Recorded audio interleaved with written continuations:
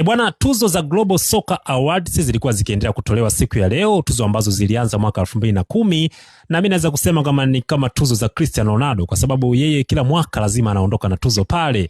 Ukitazama kama tuzo ya mchezaji bora wa mwaka tangu mwaka 2010 mpaka mwaka 2025 hakuna mchezaji aliyechukua tuzo mbili. Yaani wachezaji wote ambao wamechukua tuzo moja moja, lakini Cristiano Ronaldo amechukua tuzo 6 huku akichukua tuzo mara 4 mfululizo tangu mwaka 2016 mpaka mwaka 2019. Si mchezo. Kwa Cristiano Ronaldo naweza kusema hizi tuzo ni kama uwanja wake wa nyumbani. Hata leo pia akapewa tuzo ya mchezaji bora wa Mashariki ya Kati, si mchezo. Na tangu aende pale Saudi Arabia, basi tuzo ya mchezaji bora wa Mashariki ya Kati amekuwa kinasa kila mwaka tangu mwaka 2023 mpaka mwaka 2025. So leo pia tuzo mbalimbali ziligawiwa. Desire Dow ameibuka kama mchezaji bora chipukizi, Lamine Yamal mshambuliaji bora, lakini pia Ousmane Dembele amepata tuzo ya mchezaji bora wa mwaka. Cristiano Ronaldo ndo mchezaji bora wa Mashariki ya Kati. Bwana, hii si mchezo. Cristiano Ronaldo uwanja wa nyumbani ule pale ana tuzo 6 za mchezaji bora huku mwenye tuzo 2 hayupo.